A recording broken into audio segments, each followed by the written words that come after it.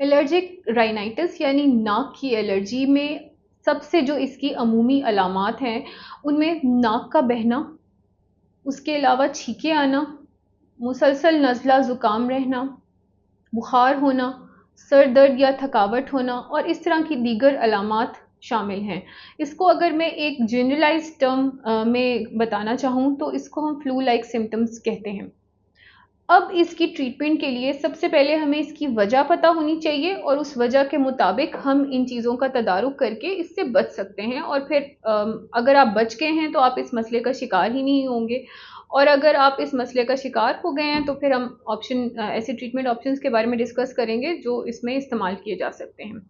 अच्छा, सबसे पहले मोस्टली लोगों को एलर्जिक राइनाइटिस वो पोलन एलर्जी की वजह से होता है। तो जब मौसम बहार आता है तो ऑब्वियसली उस वक्त पोलन्स बहुत ज़्यादा हवा में होते हैं, और अगर आपके घर के लॉन में बहुत ज़्यादा पौधे हैं या आप किसी ऐसी जगह पे रहते हैं जहाँ पे बहुत ज़्यादा दरख्त और पौधे पाए जाते हैं तो उस वक्त पोलन्स के साथ ये एलर्जी जो है ये काफ़ी बढ़ जाती है।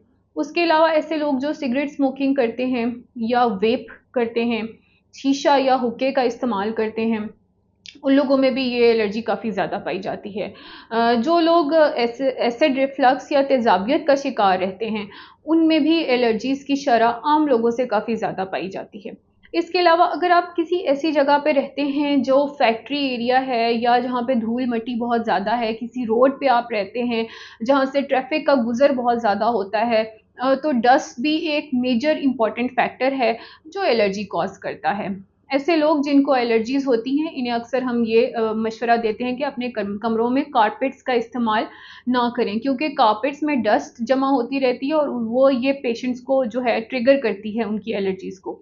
ये कुछ फैक्टर्स हैं जिनकी वजह से जो एलर्जिक राइनाइटिस है ये लोगों में, आम लोगों से ज़्यादा पाया जाता है कुछ लोगों में। अब इसका तदारुक करने के लिए ज़रूरी है कि जो जो फैक्टर्स मैंने आपको अभी बताए हैं, इन फैक्टर्स को अवॉइड किया जाए। अब आप मुझसे कहेंगे कि हम कैसे अवॉइड कर सकते हैं कि हवा में पोलन्स ना हो। जी, मैं मानती हूँ इस बात को कि आप हवा में पोलन्स को अवॉइड नहीं कर सकते, you can not stop them, you can not control them, लेकिन आप मास्क का इस्तेमाल ज़रूर कर सकते हैं। इसी तरह अगर आप स्मोकिंग करते हैं या आप वेप करते हैं या आप सिगरेट पीते हैं, हुक्का या शीशे का इस्तेमाल करते हैं, there are so many fancy names to taking nicotine.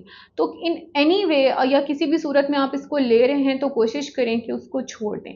इसके अलावा जैसा मैंने आपको बताया कि अगर आप किसी ऐसी जगह पे रहते हैं जहाँ पे मिट्टी बहुत ज़्यादा है या आपका कारोबार ऐसा है या आपका काम ऐसा है, आपकी एवरीडे लाइफ का हिस्सा है कोई काम जिसमें मिट्टी बहुत ज़्यादा है, तो आप ऑब्वियसली उस मिट्टी को या धूल को कंट्रोल नहीं कर सकते, लेकिन आप मास्क का यूज़ कर सकते हैं। उससे काफ़ी हद तक जो मिट्टी है या धूल है वो आपके सांस के ज़रिए अंदर नहीं जाती। जिन जगहों पे आपको ये महसूस हो कि बहुत ज़्यादा मिट्टी है तो आप डबल मास्क का भी इस्तेमाल कर सकते हैं। उससे भी काफ़ी हद तक ये जो है इनटेक ऑफ डस्ट जो है वो कंट्रोल हो जाता है। तो ये कुछ फैक्टर्स हैं जिनको आप इस्तेमाल करके इन चीज़ों का तदारुक कर सकते हैं। अगर आप घर में बैठे हैं और आपके घर में भी आपको फ़ील हो रहा है कि आपके कमरे में डस्टिंग या सफाई के दौरान आपको छींकें आना शुरू हो जाती हैं, आपको नाक से पानी बहना शुरू हो जाता है या आपको फ्लू लाइक सिम्पटम्स शुरू हो जाते हैं, तो आप कोशिश करें कि आप ऐसे कमरे में ना बैठें जहाँ सफाई हो रही है, जहाँ डस्टिंग हो रही है या जहाँ पे झाड़ू पोंछा हो रहा है। और अगर आपका किसी वजह से उस कमरे में बैठना बहुत ज़रूरी है, तो कोशिश करें कि आप घर के अंदर ही कमरे के अंदर बैठ के मास्क का इस्तेमाल करें। ये कुछ फैक्टर्स हैं जिनसे एलर्जिक राइनाइटिस यानी जो नाक की एलर्जी है, काफ़ी हद तक कम हो जाती है। अच्छा, अब आते हैं इसके ट्रीटमेंट की तरफ। इसके ट्रीटमेंट के लिए आपने कंसल्ट करना है ईएनटी स्पेशलिस्ट को, और जो कि नाक, कान और गले के माहिर डॉक्टर्स होते हैं। वो आपको आपके सिम्पटम्स के मुताबिक इसका ट्रीटमेंट प्रिस्क्राइब करेंगे और वो एक जितने भी अरसे का वो ट्रीटमेंट है आप उसको रेगुलरली लें तो आपका जो सिम्पटम है काफ़ी हद तक रिलीव हो जाएगा। इसमें आम तौर पे 2-3 तरह के ट्रीटमेंट्स होते हैं। पहला तो ये है कि वो ओरल मेडिसिन दी जाती है और ये अलामात के मुताबिक दी जाती है, यानी आपको एंटी एलर्जीज़ दी जा सकती हैं। अगर आपको बुखार है तो बुखार कम करने की अद्वियात दी जाएँगी। जिस्म में दर्द है तो दर्द कम करने की अद्वियात दी जाएँगी एंड सो ऑन। दूसरा इसमें जो है नेज़ल स्प्रेज़ बहुत इंपॉर्टेंट हैं। बहुत सारे लोगों को नेज़ल स्प्रेज़ की इंपॉर्टेंस नहीं पता। आपका मुस्तनिद मालिज जो आपके नाक कान गले का डॉक्टर है, उससे मशवरे के साथ आप नेज़ल स्प्रेज़ का इस्तेमाल कर सकते हैं। ये बहुत आम है, इस्तेमाल करने में बहुत आसान है, आराम से easily over the counters available हैं, कोई रॉकेट साइंस नहीं है, वेरी ईज़ी टू यूज़ और उससे काफ़ी हद तक आपकी जो ये मसाइल हैं, ये सेटल हो जाते हैं। Last but not the least, इस चीज़ की इंपॉर्टेंस बहुत कम लोगों को पता है कि जिन लोगों को बहुत ज़्यादा एलर्जिक राइनाइटिस रहता हो या नाक बहुत ज़्यादा बहता है या फ्लू लाइक सिम्टम्स रहते हैं, कोशिश करें कि वो फ्लू वैक्सीन ज़रूर करवाते रहें। फ्लू वैक्सीन अगेन आप अपने मौलिद से मशवरे के साथ शुरू कर सकते हैं। ये वैक्सीन लगवाने के काफ़ी अरसे तक आप फ्लू लाइक सिम्टम से बचे रह सकते हैं।